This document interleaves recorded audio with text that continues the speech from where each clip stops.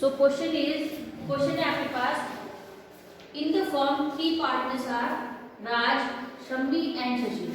Old ratio 5:3:2. In future ratio they will be decide 2:3:5. General reserve कितने general reserve 1,50,000. Contingency reserve 50,000. Advertisement debit 1 lakh. PL debit 75,000. ये items है, इनके लिए general entry जो है पास करनी है. और इम्पोर्टेंट क्वेश्चन है, 3-4 मार्क्स का 100% क्वेश्चन आता है इसमें से. रिजर्व में WCR, IFR, कोई भी रिजर्व देंगे उसमें से एक जनरल एंट्री बनानी होगी. तो सबसे पहले जनरल एंट्री बनेगी जनरल रिजर्व अकाउंट डेबिट. कितना है हमारे पास general reserve 1,50,000. Contingency reserve account debit 50,000. To Raj capital account. To Shami capital account. To Shashi. Amount आ जाएगी यहाँ पर नेशन बीइंग डिस्ट्रीब्यूशन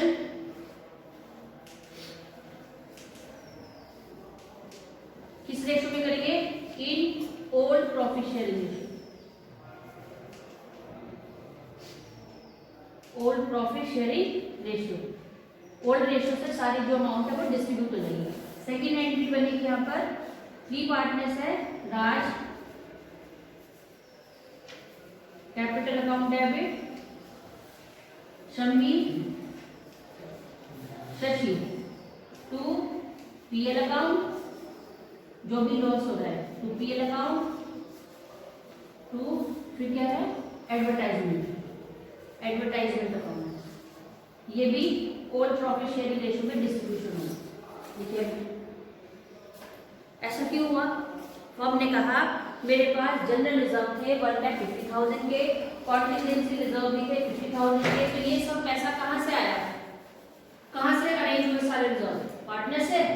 सब पार्टनर्स ने मिलकर, तीनों पार्टनर्स ने 5:3:2 के रेशियो से ये रिजर्व जो है वो कलेक्ट किए हुए हैं. जब ये रिजर्व कलेक्ट किए हुए हैं वो रिजर्व वो अब लेंगे, डिस्ट्रीब्यूट होंगे. तो first general reserve, contingency reserve, तो उनको ओल्ड प्रॉफिट शेयरिंग रेशियो से क्रेडिट कर दिया हमने. अब यहाँ पर हमने कहा लेकिन एडवर्टाइजमेंट पे और प्रॉफिट लॉस पे हमें लॉस हो रहा है, तो उसको कौन पे करेगा? उसको पार्टनर पे करेंगे. जिस रेशियो से आप प्रॉफिट टेक ओवर कर रहे हो उसी रेशियो से आप लॉस भी लोगे, उसी रेशियो से लॉस भी मिलेगा. समझ आया? लिखी जनरल एंट्री जिसने नहीं की.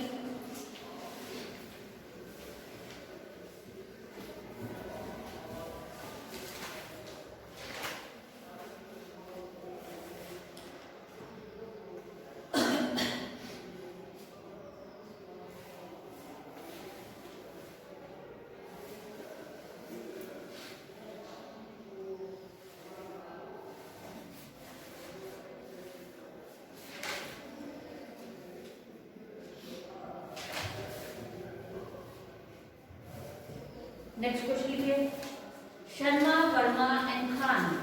Sharma Verma and Khan partners ratio 5:3:2.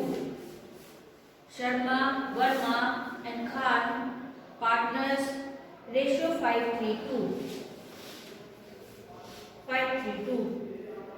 Future profit ratio will be equal. Future profit ratio will be equal. Firm goodwill value 1,20,000. 1,20,000. Pass adjustment entry for the treatment of goodwill due to change in the profit sharing ratio. Pass necessary general entry, adjustment entry due to change NPSR. ठीक है, करिए. Due to change change in the profit sharing ratio (FPSR). करिए question.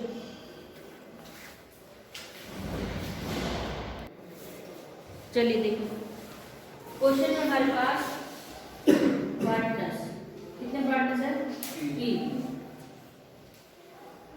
Sharma, Verma and Khan. Old ratio 5:3:2, future ratio equal हो जाएगा। ठीक है, अब इसके बाद यहाँ पर कहा कि फॉर्म की जो गुडविल है उसकी अमाउंट है 1,20,000।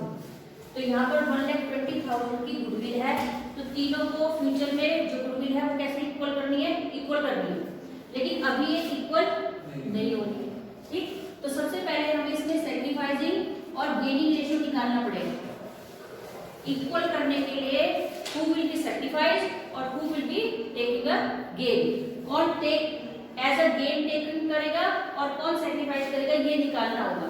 तो सबसे पहले शर्मा का जो ओल्ड रेशियो है कितना? 5/10 माइनस 1/3 कितना देगा? 5/20 30।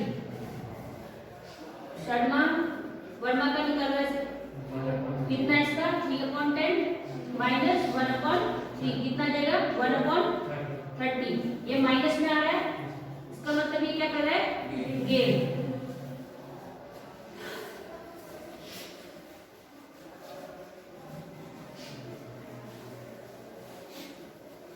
थर्ड कौन है? खान का ओल्ड रेशियो 2/10 माइनस 1/3, इसका भी माइनस में 4 है शायद, 6 लिए 4 है शायद, -4, हाँ 4 है, गेन माइनस में भी आएगा। ठीक है, अब देखो गुडविल कितनी है फर्म की? 1,20,000। अगर ओल्ड रेशियो में डिस्ट्रीब्यूट करेंगे तो तीनों पार्टनर के पास ओल्ड रेशियो के अकॉर्डिंग डिस्ट्रीब्यूट करो तो कितना आएगा? डिवाइड बाय 1,20,000 डिवाइडेड बाय 10 कितना हुआ? 60, 40 और 40 कितना है? 36 और 24। ये ओल्ड रेशियो के अकॉर्डिंग इनके पास गुडविल है, लेकिन एनपीएसआर के अकॉर्डिंग अब हमें यहाँ पे सैक्रिफाइसिंग रेशियो से निकालना पड़ेगा कि किसने किसको कितना सैक्रिफाइस किया और किसका गेन हुआ। यहाँ पर क्या करेंगे? 1,20,000 डिवाइड बाय 10 किया तो कितना है हमारा? अभी कौन नहीं दे रहा? अच्छा देखो, शर्मा का तो कुछ ना गेन हो रहा है ना सैक्रिफाइस, सिर्फ वर्मा क्या कर रहे हैं? गेन। और सैक्रिफाइस कौन कर रहा है? खान। ठीक है, तो यहाँ पर 1,20,000 के लिए डिवाइड करेंगे 5 से। लिखो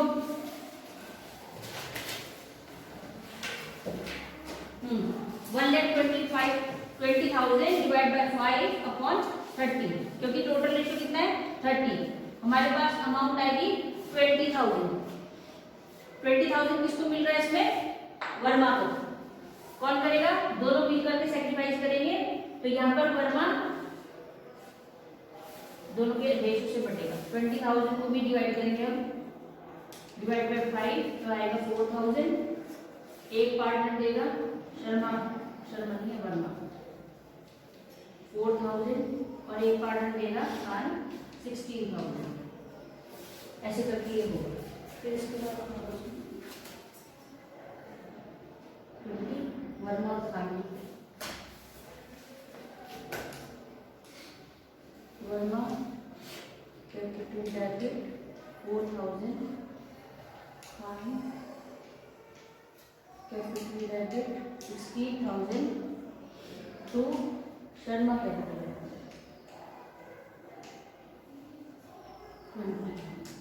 आप क्वेश्चन को जरा ध्यान से देखो कैसे कैसे होगा।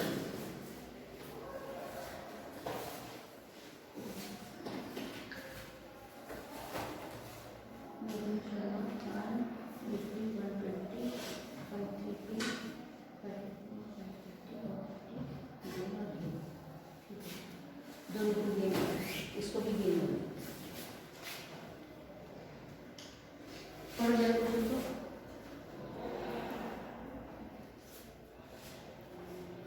क्वेश्चन में 3 पार्टनर है, शर्मा, वर्मा, खान। तीनों का ओल्ड रेशो है 5:3:2। फ्यूचर रेशो इक्वल करने के लिए बोल रहे हैं, ठीक है। सबसे पहले फर्म की गुडविल है 1,20,000 की, तो यहाँ फ्यूचर रेशो इक्वल करना है तो हमें क्या करना पड़ेगा, सेक्रीफाइस या गेनिंग को कैलकुलेट करना होगा कि कौन सेक्रीफाइस कर रहा है और कौन पार्टनर जो है वो गेन कर रहा है। तो यहाँ पर जब उन्होंने ओल्ड माइनस सेक्रीफाइसिंग या न्यू रेशियो लेगा 1/3, तो जो भी अमाउंट है हमारे पास गुडविल की वो इन फ्यूचर जाकर के क्या हो जाएगी, इक्वल करने के लिए 1/3, क्योंकि 3 पार्टनर है 1/3 कर दिया तो कितना आया 5/30। वर्मा का गेन हुआ 1, ठीक है, और खान का कितना हुआ 4। इसके पास टोटल कितना है 5, तो 5 का अकेला ये है, इसके पास है कंट्रीब्यूशन गुडविल का, और उसके बाद 1 का गेन और 4 का गेन किसको होगा, शर्मा को और खान को। अब यहाँ पर हमारे पास गुडविल है 1,20,000 की। सबसे पहले हमने उसको ओल्ड रेशियो से डिवाइड किया, कितना ओल्ड रेशियो टोटल 10, कितना डिवाइड कर दिया 10। अब यहाँ पर सिंगल अमाउंट कितनी बनी, तो पुराने रेशियो के अकॉर्डिंग हम देखें तो 60,000 किसके पास है, शर्मा के, 36,000 वर्मा, 24,000 खान। लेकिन हमें इसकी जनरल एंट्री नहीं प्रिपेयर करनी है, वहां पर उसने कहा एडजस्टमेंट एंट्री बनानी है फॉर फ्यूचर रेशियो की जनरल एंट्री बनानी है एडजस्टमेंट। ये तो तुम लोगों को पता ही है, ये तो फर्म को पता ही है कि ये जो हमारे पास गुडविल है वो इस अकॉर्डिंग ओल्ड रेशियो में ऐसे डिस्ट्रीब्यूट हो रखी है, ऐसा समझे। इसके बाद एनपीएसआर तो 1 कितना है इसमें 1/1,20,000 की गुडविल है।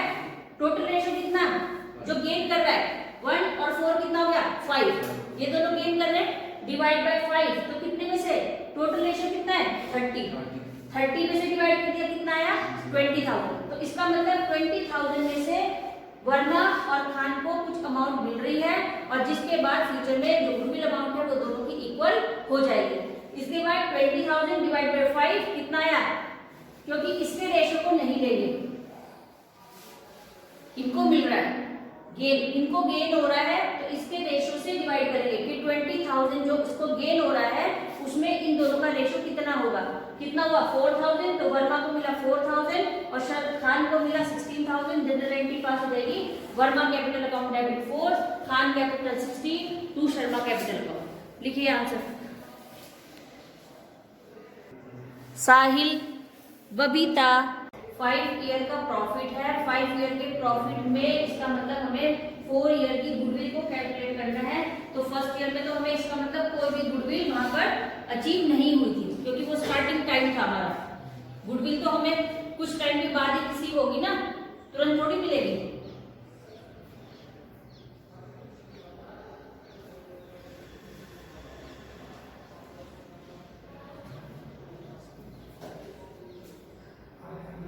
हो गया, चलिए। So according to average profit method we will calculate average profit method as a goodwill. तो हमें अभी क्या करना है, प्रॉफिट में से गुडविल को एवरेज प्रॉफिट मेथड जो है उसमें गुडविल को कैलकुलेट करना है, हिडन गुडविल जो है उसको कैलकुलेट करना है। सो इसके लिए जो फॉर्मूला है AP equals to TP total profit upon number of year. Simple है, टोटल यहाँ पर प्रॉफिट हो गया अपॉन नंबर ऑफ ईयर, कितने ईयर का प्रॉफिट है 5 ईयर का, कितने साल की गुडविल निकालनी है 4 इयर्स की। तो यहाँ पर सबसे पहले हमने एवरेज प्रॉफिट निकाला, आफ्टर दैट गुडविल क्या कर दिया, उसको जो हमारे पास प्रॉफिट है उसको इनटू कर दिया नंबर ऑफ इयर्स। तो यहाँ पर फर्म को गुडविल कितनी रिसीव हो रही है 70,54,400। ठीक है, नेक्स्ट क्वेश्चन। चलिए बुक में देखिए, फिर क्वेश्चन देती हूँ। Average profit method, the profit for the year. तो फर्स्ट क्वेश्चन था यहाँ पर, सेकंड रिलेटेड टू वेटेज। तो वेटेज से कैसे क्वेश्चन करना है, the profit of firm for the 5 year are as follows, calculate the value of goodwill on the basis of 3 year purchase of weightage average profit method on weight 1 2 3 4 5। तो ये simple, यहाँ पर भी हमने वेटेज निकाला, into product कर दिया। पढ़ो जल्दी एक बार।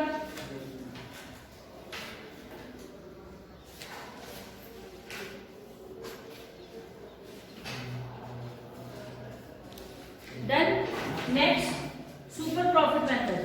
Super profit method, the basic assumption of the average profit simple or weightage method of calculating goodwill is that if a new firm is set up, it will not be able to earn any profit during the first few years of its operation the person who purchased an existing business has to pay in the form of goodwill a sum equal to total profit he is likely to receive for the first few years, but it is contained that the buyer's real benefit does not lie in total profit. It is limited to such amount of profit which are in excess of normal return on capital employed in similar business.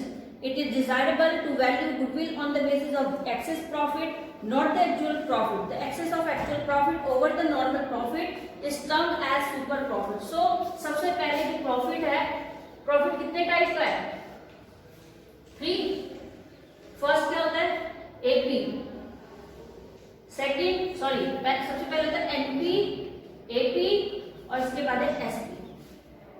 3 types का profit होता है. NP normal profit, second average profit, इसका मतलब ये इससे कुछ और बढ़ गया, और लास्ट है super profit.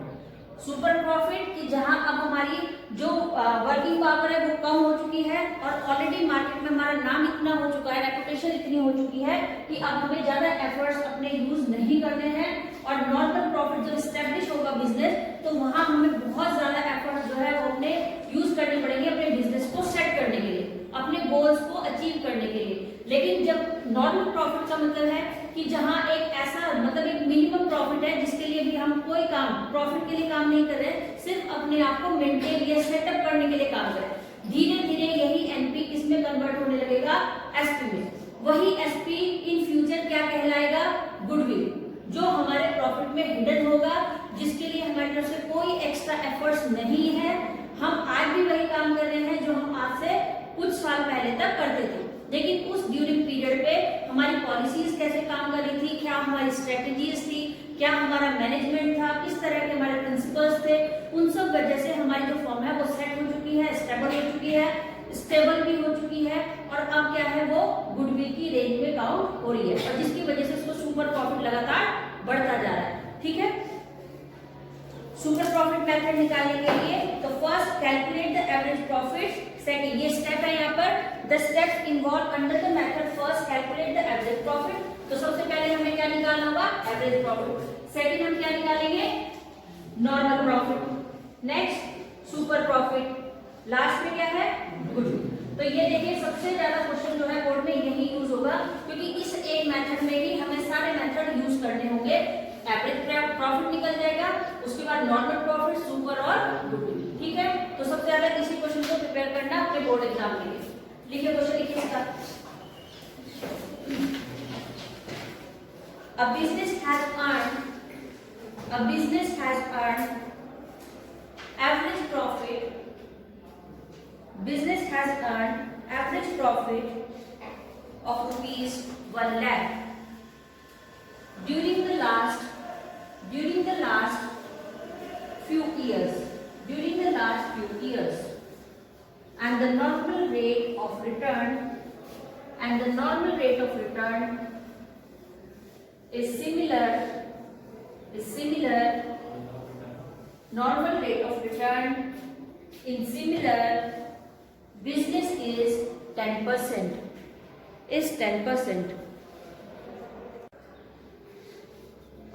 If the goodwill rupees 10 lakh,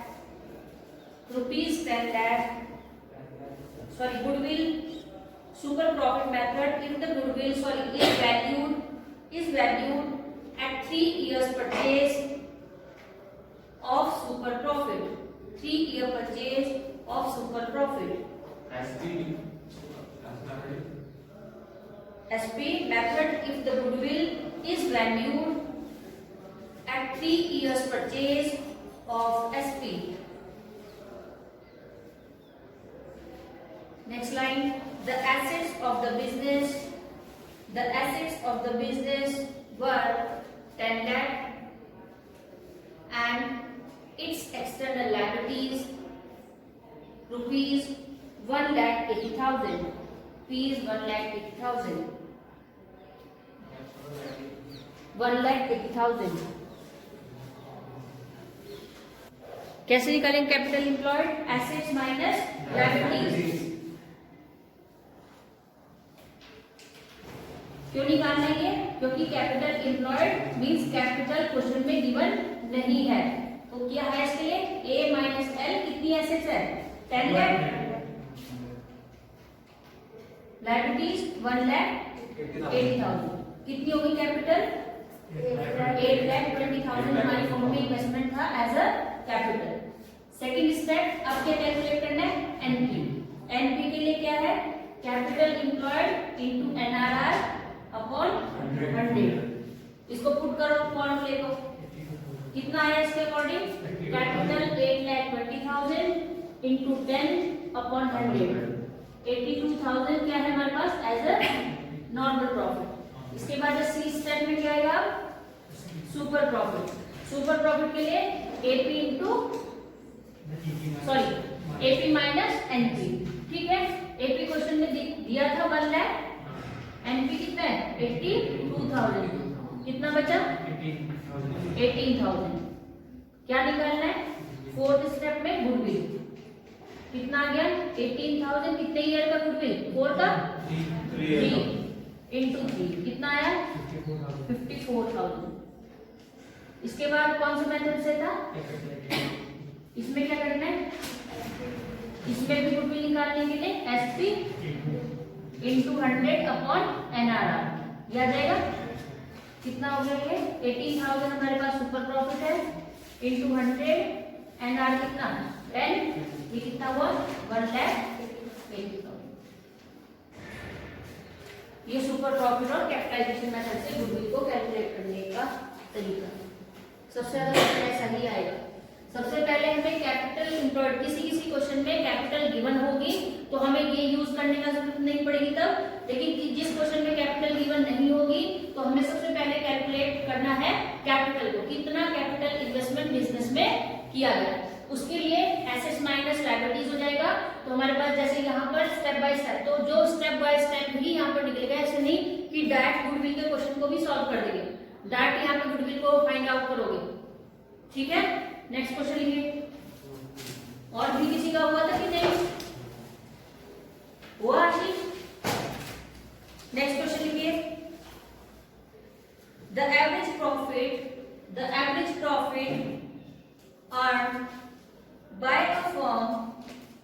earned by a firm is rupees 80,000,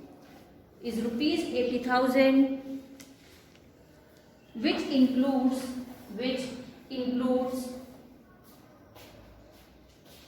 undervaluation of stock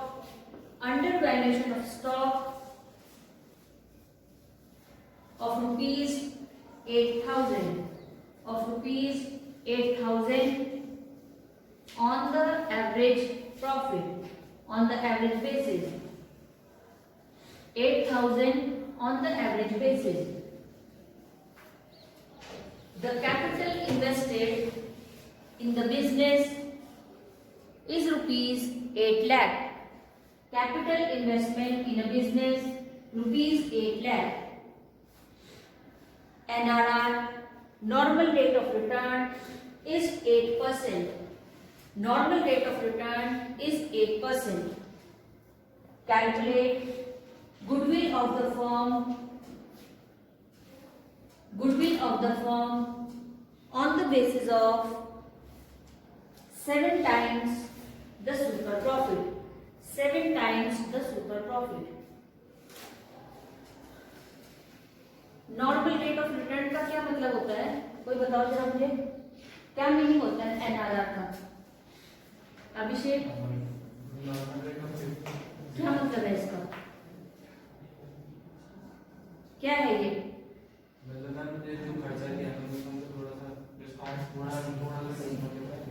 नहीं, डिस्काउंट थोड़ी दे रहा है। डिस्काउंट देंगे तो डिस्काउंट है प्रॉफिट। क्या कह रहे हो? किसी भी चीज में हमें थोड़ा सा प्रॉफिट हुआ है, थोड़ा नॉर्मल नहीं। और कोई बताओ अभिनव, क्या मीनिंग है normal rate of return? Interest लगता है। बैठ जाओ। निकिता आप बताओ।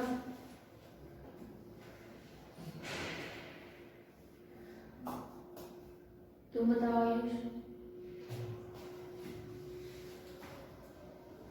ये तो कोई अगर तुमसे पूछता है कि क्वेश्चन तुम कर रहे हो, सॉल्यूशन कर रहे हो, इस वर्ड का मीनिंग क्या है, फॉर्म में क्या यूज हो रहा है इसका, तो बस कैलकुलेशन सीख रहे हो। इन सब चीजों की मीनिंग कौन सीखेगा, उसकी जरूरत नहीं पड़ेगी कभी। फिर जिंदगी भर यही सोचते रहना कि एनआरआर का मतलब क्या था, कैपिटल एम्प्लॉयड का मीनिंग क्या होता है, बस कैलकुलेशन करनी आती है। बैठ जाओ, बताओ कोई पता है किसी को? राजवीर, एनआरआर क्या मीनिंग होता है? एनआरआर जो रिटर्न होगा उस पे कितना रेट लगेगा, जो रिटर्न होगा, जो रिटर्न मिलेगा उस पे कितना रेट मिलेगा। कुछ गलत बोल रहे हो, थोड़ा सही है, फिर से सोचो फिर बताओ। नॉर्मल रेट ऑफ रिटर्न, इसका मतलब होता है कि जो कैपिटल इन्वेस्टमेंट हमने किया उसका एक normal rate of return as a profit मैं अज्यूम कर रहा हूँ।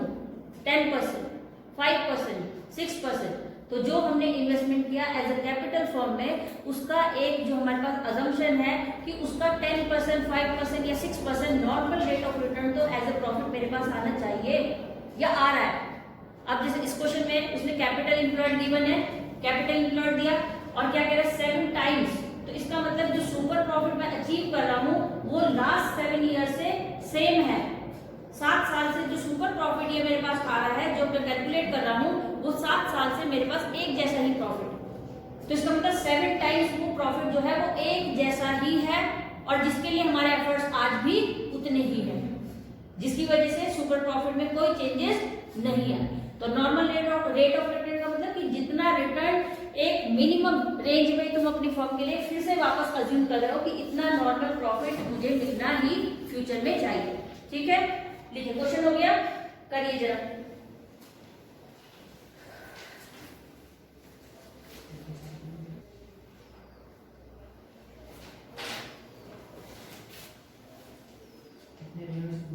कितना आया? Very good, 1,68,000।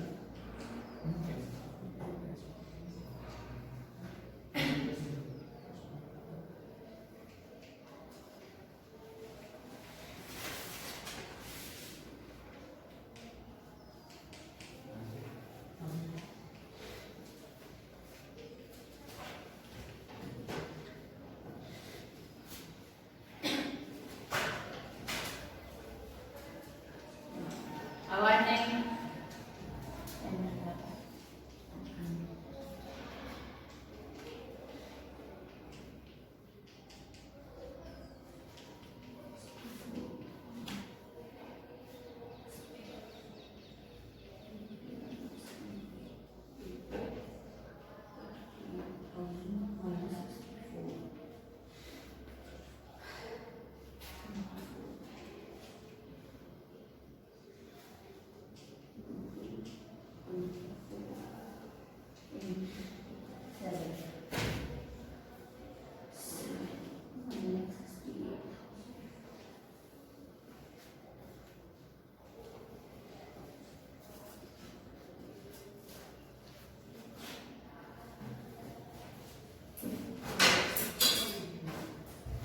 हो गया?